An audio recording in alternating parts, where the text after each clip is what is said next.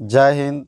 यह 10th class के science के पार्ट 5 ऑब्जेक्टिव का यह पार्ट 4 वीडियो है, जिसमें हम देखेंगे प्रश्न नंबर 61 को।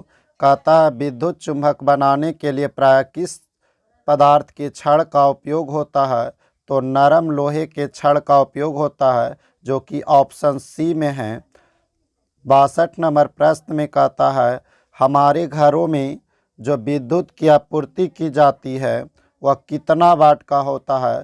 तो वह 220 वाट प्रत्यावर्ती धारा की होती है, जो कि ऑप्शन सी में है। 63 नंबर प्रश्न में कहता है कि 63 नंबर प्रश्न में कहता है किसी वस्तु का प्रतिबिंब आँख के जिस भाग पर पड़ता है वह क्या होता है। वह रेटिना क्षेत्र होता है, जो कि ऑप्शन बी में है। ऑप्शन बी में है। 64 नंबर प्रश्न में कहता है कि एक स्वस्थ आँख के दूरबिंदु क्या होता है। एक स्वस्थ आँख के लिए दूरबिंदु अनंत होता है, जो कि ऑप्शन डी है। और एक स्वस्थ आँख के लिए निकट बिंदु 25 सेंटीमीटर होता है। मगर इसमें प्रश्न पूछा है कि एक स्वस्थ आँख के लिए दूरबिंदु क्या होता है। तो अनंत होती है, जो कि ऑप्शन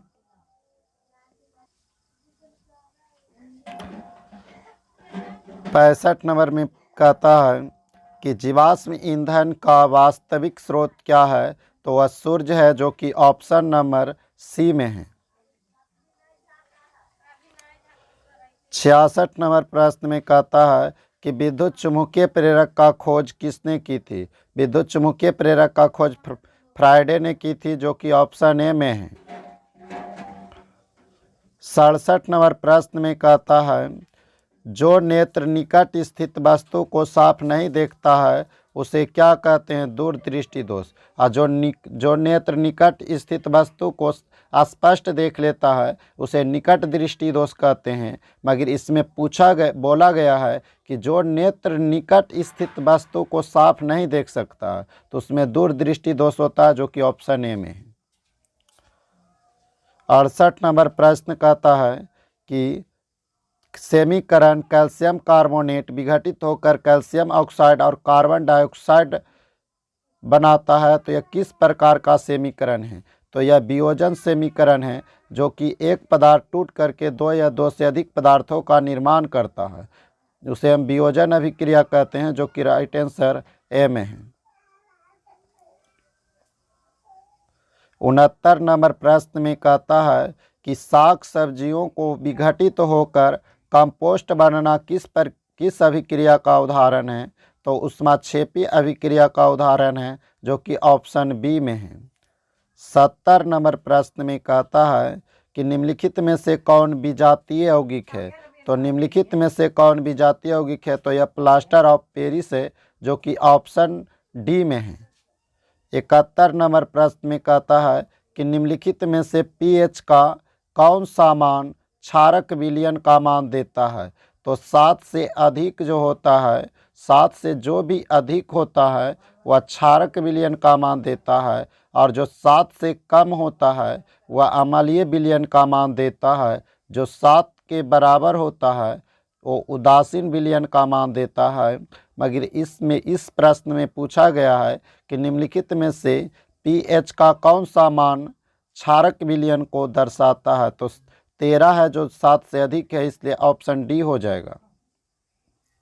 कहता है कौन सा धातु कमरे के ताप पर द्रव अवस्था में होता है। तो ब्रोमीन होता है, जो कि ऑप्शन नंबर ए में है। 73 नंबर प्रश्न में कहता है कि सीसा और टीन के मिश्र धातु को क्या कहते हैं। तो सोल्डर कहते हैं, जो कि ऑप्शन ए में है। 74 नंबर प्रश्न में कहता है कि ऑक्सीजन के दो परमाणु के बीच कितने अबंधन होता है। तो ऑक्सीजन के दो परमाणु के बीच कितने अबंधन होता है। तो ऑक्सीजन के बाह्यतम कक्षा में 6 इलेक्ट्रॉन होता है। 6 इलेक्ट्रॉन होता है। तो ये भी ऑक्सीजन है, तो 6 इलेक्ट्रॉन। मगर ऑक्सीजन अष्टक पूरा करता है, इसलिए क्या करेगा, या अपने सामने वाला से 2 ले लेगा। और ये भी अष्टक करेगा तो 2। तो आपस में 2 इलेक्ट्रॉन को लेन देन करता है, इसलिए 2 अबंधन, इनके बीच कितने अबंधन होता है? तो 2 अबंधन, जो कि ऑप्शन बी में है। 75 नंबर प्रश्न में कहता है कि निम्नलिखित में से किसे आप उपभोक्ता श्रेणी में रखेंगे? जंगली जानवर को, जो कि ऑप्शन सी में है। कहता है कवक में पोषण की कौन सी विधि होती है? मृतजीवी विधि, जो कि ऑप्शन बी में है। 77 नंबर प्रश्न में कहता है मुकुलन द्वारा प्रजनन किसमें होता है? ईस्ट में होता है, जो कि ऑप्शन बी में है। 78 नंबर प्रश्न में कहता है कि मानव में डायलिसिस थैली है नेफ्रॉन, जो कि ऑप्शन ए है।